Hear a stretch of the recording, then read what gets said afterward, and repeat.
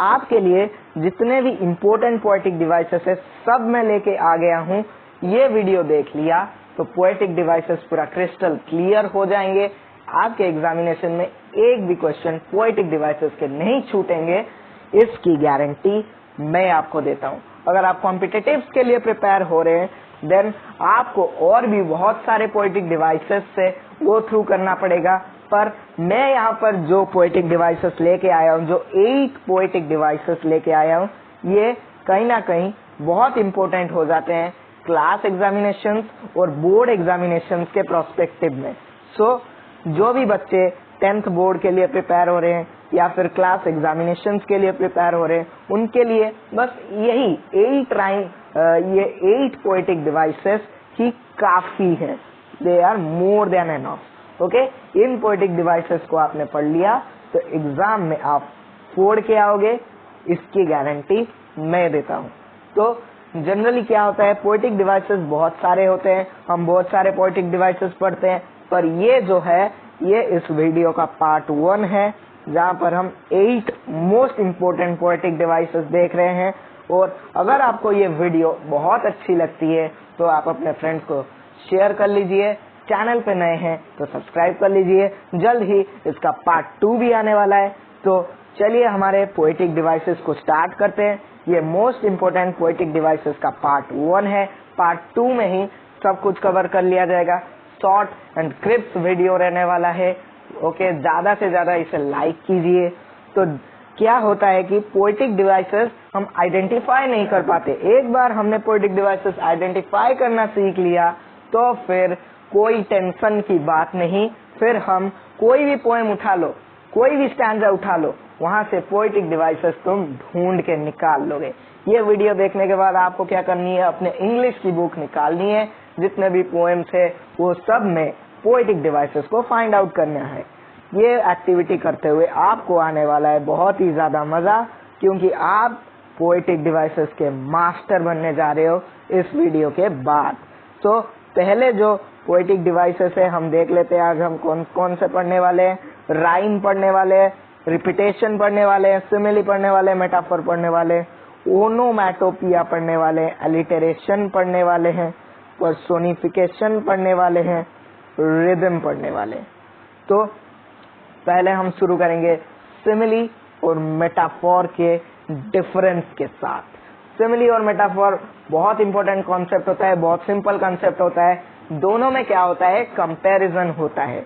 Okay, कोई भी दो चीजों के बीच, कोई भी 2 डिसिमिलर थिंग्स के बीच कंपैरिजन करना। ओके, मतलब यहाँ पर हम एग्जाम्पल के साथ समझते हैं। सिमिली में क्या होता है, लाइक या एज के साथ हम कंपेयर करते हैं। Okay, the surface of the water look as smooth as glass. यहाँ पर एज यूज हुआ है कंपैरिजन करने के लिए। ओके, यहाँ पर क्या कंपेयर हो रहा है, वाटर का सरफेस ग्लास के साथ कंपेयर हो रहा है। तो वाटर का सरफेस ग्लास के साथ कैसे कंपेयर हो सकता है, क्योंकि वाटर का जो सरफेस होता है पूरा क्लियर होता है, ट्रांसपेरेंट होता है, ग्लास का सरफेस भी ट्रांसपेरेंट होता है। तो दोनों को हम कंपेयर कर सकते हैं कि वाटर का जो सरफेस होता है वो भी पूरा clear as smooth as glass होता है। तो अगर वो प्योर वाटर है तो उसका भी सरफेस ग्लास जितना ही स्मूथ होता है, ग्लास जैसा ही ट्रांसपेरेंट होता है। इसीलिए हम यहाँ पर कंपेयर कर रहे हैं, बट यूजिंग लाइक और एज। तो हम ये भी कह सकते हैं कि the surface of water looks like the surface of glass, ऐसा भी लाइक भी यूज कर सकते हैं। तो ये सिमिली हो गया। पर मेटाफोर में क्या होता है, मेटाफोर में कंपैरिजन तो होता है पर लाइक और एज यूज नहीं होता। So metaphor is the comparison between 2 dissimilar things without using like और एज। यहाँ पर एग्जाम्पल देख सकते हो, the white puffy clouds are cotton balls in the sky. तो जो व्हाइट पफी क्लाउड्स मतलब बादल, आसमान के बादल जो हैं रुई के जैसे दिखते हैं, कॉटन के जैसे दिखते हैं, कॉटन बॉल्स जैसे दिखते हैं। तो यहाँ पर आसमान के बादल को कॉटन बॉल्स के साथ कंपेयर किया गया है, पर लाइक और एज यूज नहीं किया गया है। ओके, यहाँ पर डायरेक्ट बता दिया है कि the white puffy clouds are cotton balls in the sky. Okay, जो आसमान के बादल हैं वो पूरे रुई के बॉल हैं। ओके, तो वैसे ही हम और एक बेहतरीन एग्जाम्पल के साथ सिमिली और मेटाफोर को समझेंगे। ये एग्जाम्पल को भाड़ में जाने दो। तो एक ऐसा एग्जाम्पल दे दूंगा जो आपके माइंड में सेट हो जाएगा। एग्जामिनेशन के टाइम में आपको कोई दिक्कत परेशानी नहीं होगी सिमिली और मेटाफोर को आइडेंटिफाई करने में। अभी मैंने जो एग्जाम्पल दिया वो सब लिटरेरी कॉन्टेक्स्ट में था। चलिए हमारे डेली लाइफ के कुछ एग्जाम्पल्स देख लेते हैं। सपोज आपके क्लास में रवि नाम का एक लड़का है जो अच्छा क्रिकेट खेलता है। ओके, सो मैंने उसे सचिन तेंदुलकर के साथ कंपेयर कर दिया। तो यहाँ पर हम सिमिली भी यूज करके देखेंगे, मेटाफोर भी यूज करके देखेंगे और पता करेंगे कि क्या डिफरेंस होती है सिमिली और मेटाफोर में। सो let us take the example of Ravi and use simile to describe him. So, my classmate Ravi plays cricket like Sachin Tendulkar और Ravi bats like Sachin Tendulkar। तो यहाँ पर like सचिन तेंदुलकर के जैसे रवि बैटिंग करता है। तो यहाँ पर like के साथ like यूज करके हमने सचिन तेंदुलकर के साथ रवि को कंपेयर कर दिया। वैसे ही हम कह सकते हैं Sachin plays straight drive as good as Sachin Tendulkar. तो रवि स्ट्रेट ड्राइव अच्छा खेलता है। कितना अच्छा? पूरा सचिन तेंदुलकर जितना अच्छा खेलता है। तो यहाँ पर हमने कंपेयर कर दिया रवि के क्रिकेटिंग शॉट को सचिन तेंदुलकर के क्रिकेटिंग शॉट के साथ। तो यहाँ पर हमने एज यूज कर दिया। ओके, पूरा सचिन तेंदुलकर के जैसा वो खेलता है। ओके, कंपेयर कर दिया। पर मेटाफोर में क्या होता है? हमने डायरेक्ट रवि को सचिन तेंदुलकर ही बता दिया। Ravi is the Sachin Tendulkar of our class. Ravi हमारे क्लास का सचिन है। तो यहाँ पर क्या कोई लाइक नहीं, कोई एज नहीं, सचिन के जैसा नहीं, वो हमारे क्लास का सचिन ही है। वो सचिन जैसा नहीं खेलता, वो तो सचिन ही है। समझ में आ गया? पूरा बेहतरीन एग्जाम्पल के साथ मैंने सिमिली और मेटाफोर के बीच का डिफरेंस जो है आपको पूरा क्रिस्टल क्लियर कर दिया है। अब हम चलते हैं तीसरे पोएटिक डिवाइसेस रिपीटेशन के और फिर हम देखेंगे राइम। रिपीटेशन क्या होता है? सपोज कोई पोएम आप पढ़ रहे हो, एक स्टैंजा आपने पढ़ी और उस स्टैंजा में आपने देखा कि पहले लाइन में जो वर्ड्स थे दूसरे लाइन में भी वही वर्ड्स है, या फिर तीसरे लाइन में जो वर्ड्स थे चौथे लाइन में भी वही वर्ड या फिर वही फ्रेज रिपीट हुआ है। ओके, दो कंसेक्यूटिव लाइंस में अगर कोई वर्ड या कोई फ्रेज रिपीट होता है उसे रिपीटेशन कहते हैं। सर समझ में नहीं आया तो देखो example, snowflakes swirled and twirled, swirled and twirled in the storm. यहाँ पर देखो swirled and twirled, swirled and twirled जो था फर्स्ट लाइन में भी यूज हुआ था और सेकंड लाइन में भी स्विल्ड एंड ट्विल्ड वर्ड जो है वो यूज हुआ है। इसका मतलब क्या है? स्विल्ड एंड ट्विल्ड रिपीट हुआ है, रिपीट हुआ है, रिपीटेशन यूज हुआ है। बहुत सिंपल, क्रिस्टल क्लियर। उसके बाद राइम। राइम क्या होता है? तुमने नर्सरी राइम्स बहुत सारी पढ़ी होंगी। Humpty Dumpty sat on a wall, Humpty Dumpty had a great fall. तुम मार्क कर सकते हो कि जो लास्ट वर्ड था sat on a wall, wall, उसके बाद दूसरे लाइन का जो लास्ट वर्ड था had a great fall. Wall और फॉल एक दूसरे को राइम करते हैं, बहुत सिमिलर लगते हैं पढ़ने में। ओके, एक बहुत अच्छा इम्पैक्ट ऐड करता है राइम।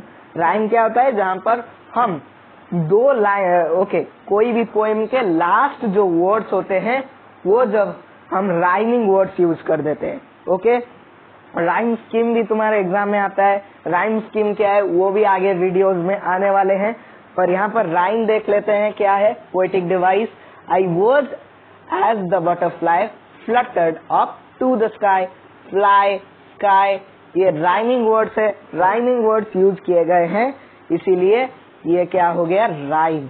राइम का यूज किया गया है यहाँ पर। Words that have the same ending sound. Okay, same ending sound, ये सब साउंड का ही खेल है।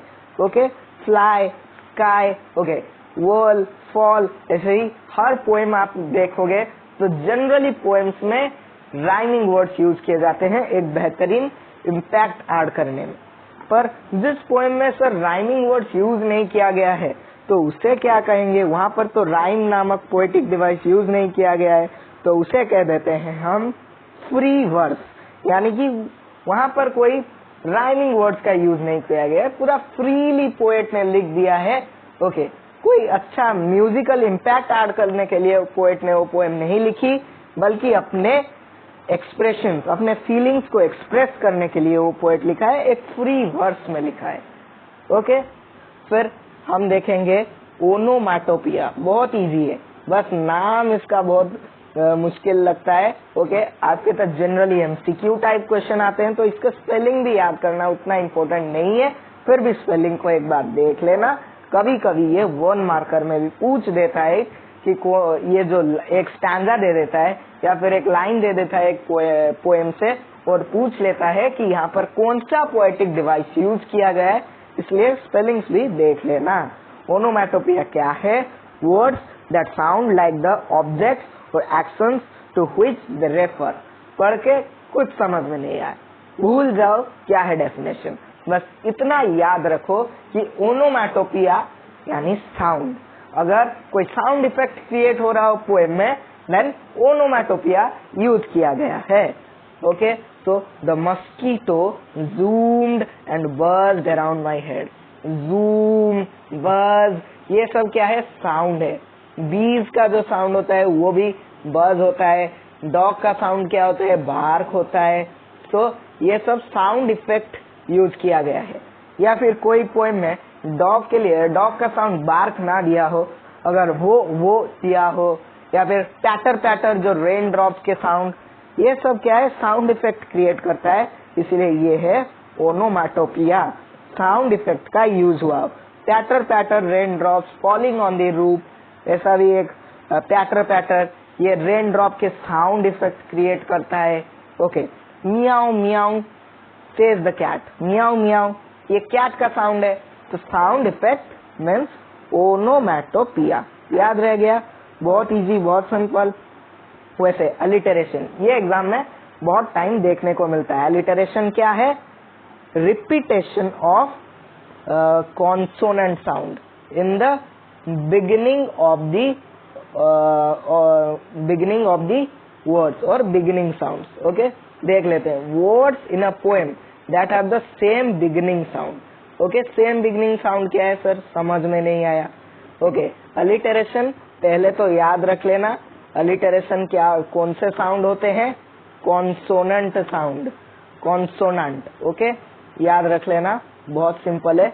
देखो, last string poly planted, poly planted, पॉ का साउंड तो रिपीट हो रहा है। बस देखो, वर्ड के बिगिनिंग का जो साउंड है, अगर वो रिपीट हो रहा हो और वो वर्ड आसपास होने चाहिए, एक लाइन में होने चाहिए। देखो, पॉली प्लांटेड, ये दोनों वर्ड आसपास है। ओके, और ये दोनों वर्ड एक ही लाइन में राय करते हैं। ये पोएम की एक लाइन है, last string poly planted. Poly planted में अलिटरेशन का यूज हुआ है। अलिटरेशन कॉन्सोनेंट साउंड का रिपीटेशन होता है, और वो sound beginning of the word में होना चाहिए, एक ही लाइन में होना चाहिए। दूसरे लाइन में देखते हैं क्या कोई अलिटरेशन है, देख लेते हैं। पर्पल पैंसीज इन हर गार्डन, पर्पल प, पैंसीज प, तो यहाँ पर भी प का साउंड जो रिपीट हो रहा है, और यहाँ पर भी पर्पल में प बिगिनिंग में है, पैंसीज में भी प बिगिनिंग में है, और दोनों वर्ड आसपास भी है, एक ही लाइन में लाए करते हैं, तो ये भी तो अलिटरेशन हो गया। और कॉन्सोनेंट साउंड होना चाहिए, ये याद रखना। ओके, अलिटरेशन परफेक्टली क्लियर हो गया है। ओके, फिर हम देखेंगे पर्सोनिफिकेशन। पर्सोनिफिकेशन में क्या होता है? कोई नॉन लिविंग थिंग हो गया, या फिर कोई एनिमल हो गया, पर्सन। ओके, पर्सन से क्या समझ में आता है? इंसान। तो क्या होता है कि कोई पोएट्स एनिमल्स के साथ ही और सी यूज कर लेते हैं। ओके, पर एनिमल ही और सी मतलब एनिमल को भी पर्सन के साथ कंपेयर किया जा रहा है, मेल फीमेल के कैरेक्टरिस्टिक्स दिए जा रहे हैं। ओके, कहीं कहीं ट्रीज को भी हम चलता फिरता दिखाते हैं, भले ही ट्रीज लिविंग हो, पर ह्यूमन कैरेक्टर्स, एक पर्सन के जो कैरेक्टर्स होते हैं वो तो ट्रीज के पास नहीं होते, पर जो पोएट्स होते हैं वो नॉन लिविंग थिंग्स हो गया, या फिर कोई नॉन ह्यूमन थिंग्स हो गया, ट्रीज हो गए, ओके, बर्ड्स हो गए, एनिमल्स हो गए, उन्हें पर्सोनिफाई कर देते हैं, यानी इंसान के जो कैरेक्टर्स होते हैं वो ट्रीज में, एनिमल्स में, different type of non living things में वो अप्लाई करते हैं। यहाँ पर देखते हैं the sun played a game. Oh my god, sun कहाँ से गेम खेल सकता है? सन तो एक नॉन लिविंग थिंग से। Of peekaboo with the clouds, यानी सन और क्लाउड्स गेम खेल रहे हैं। यहाँ पर सन को इंसान के कैरेक्टर्स दे दिए गए हैं। ओके, तो ये भी क्रिस्टल क्लियर हो गए होंगे। पर्सोनिफिकेशन में क्या होता है? ह्यूमन कैरेक्टर्स, यहाँ पर देख सकते हो the figure of speech in which objects are given human qualities, या फिर ह्यूमन कैरेक्टर्स। ह्यूमन के जो क्वालिटी होते हैं, इंसान के जो क्वालिटी या कैरेक्टर्स होते हैं, अगर कोई नॉन लिविंग थिंग्स या कोई ऑब्जेक्ट या फिर कोई नॉन ह्यूमन थिंग्स को वो कैरेक्टर्स या वो क्वालिटीज दे दिए जाते हैं, या फिर ह्यूमन के जो क्वालिटीज होते हैं कोई नॉन लिविंग थिंग्स को डिस्क्राइब करने में यूज होते हैं, then it is the use of personification. Then rhythm, rhythm क्या होता है? द बीट और regular pattern of sounds found in some poems. So क्या होता है कि कोई रिदम यानी कि कोई बीट या फिर रेगुलर पैटर्न होता है कोई साउंड्स का, जनरली पोएम्स में देखने को मिलता है। तो क्या है? 1 2 buckle my shoe, 3 4 shut the door. तो ये एक रिदम में 1 2 बकल माई शू, 3 4 एक रिदम में काउंटिंग चल रही है।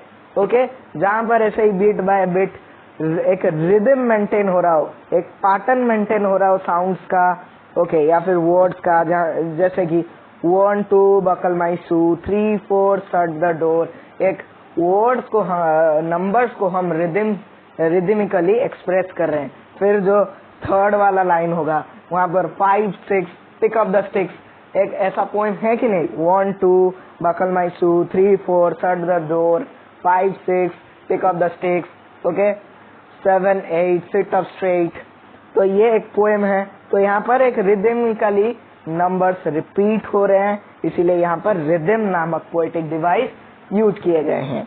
नेक्स्ट वीडियो में हम और भी पोएटिक डिवाइसेस देख रहे होंगे। बहुत सारे इम्पोर्टेंट पोएटिक डिवाइसेस हमने देख लिए हैं, कुछ छोटे मोटे पोएटिक डिवाइसेस हमारे रह गए हैं, जैसे आयरनी हो गया, पैराडॉक्स हो गया, कॉन्सोनेंस हो गया, एसोनेंस हो गया। अलिटरेशन जैसे हमने देखा वैसे ही एसोनेंस और कॉन्सोनेंस कवर हो जाएंगे। तो बेसिक जितने भी पोएटिक डिवाइसेस थे मैंने बता दिए हैं। अगर ये वीडियो अच्छा लगा है शेयर कर लेना। बाकी पार्ट 2 जल्द ही आ रहा है।